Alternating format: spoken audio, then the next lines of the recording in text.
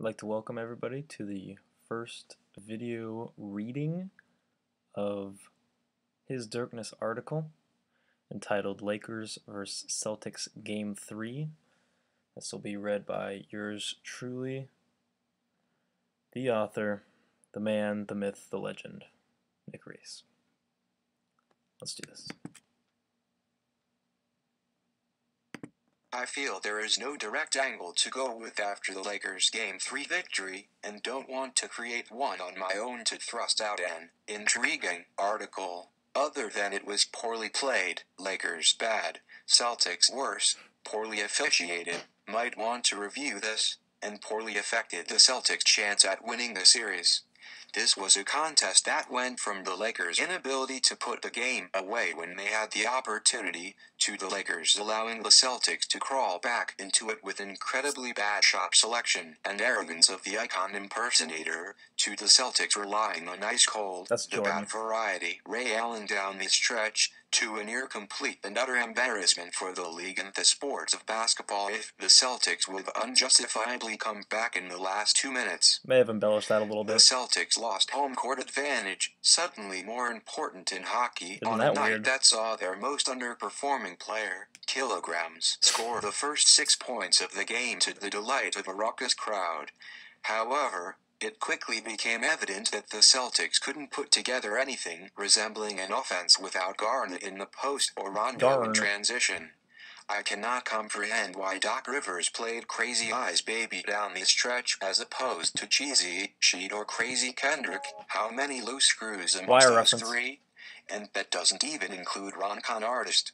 He, back to Big Baby, provided nothing on the offensive end, was too slow to guard Elodom, and too small to guard Kung Pao.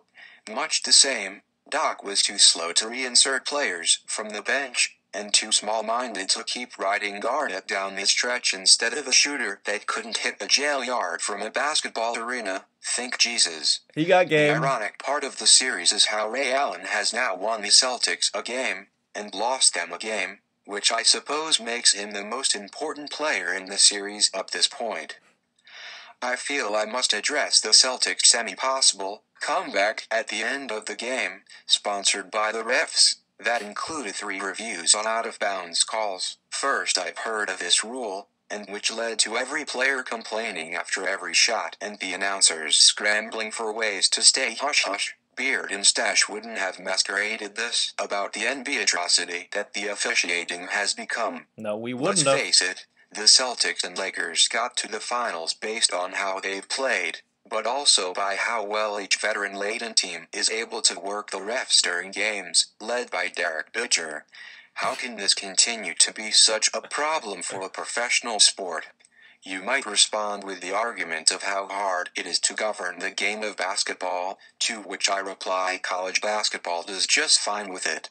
Blame falls equally on the refs. Phantom call on Pierce isn't one to keep things interesting, and players, Kung Pao flopping around like a bearded seal in present terms, but collectively on David Stern, the best commissioner in sports, who deserves his own sentence.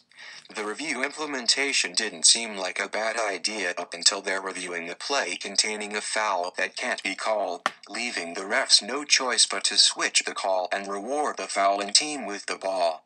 This is a case of the letter of the law overriding the intent of the law, a situation that should remain absent from professional sports, yet present in Stern's nightmares. Nobody will be upset about this because it hasn't gravely affected the outcome of the game. Yet. And it will. The worst part of the game was that the Celtics had the Lakers right where they wanted them. Kobe started to panic and was returning to his former Poppy shot self. He drew backboard before iron unintentionally on at least 3 fourth-quarter shots. Kung Pao wasn't touching the ball nearly enough and was cowering into his KG-induced imaginative shell, a la the 2008 NBA Finals. It will be hard to overcome a home loss and find a way to grind out another victory in Los Angeles.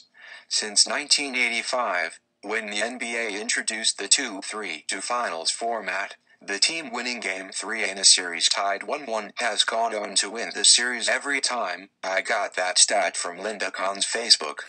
My prediction may come to fruition, to the dismay of many, especially those that sat through Derek Fisher's post-game waterworks. Puke-worthy. I would like to encourage further Laker bashing on the comments of this post. Please. Come with all nicknames, anecdotes, and rants. Bring your creativity, immaturities, passion, emotional backlash, and irrationalities to the party. All is welcome, no matter how short, unfunny, or illogical it may be. Trust me, it'll make you feel better and probably enjoy the rest of the finals even more. True. D-Shirkness. D-Sharkness. Well, thanks for joining me, whoever braved this. This was the first one, so hopefully you enjoyed it. Thanks.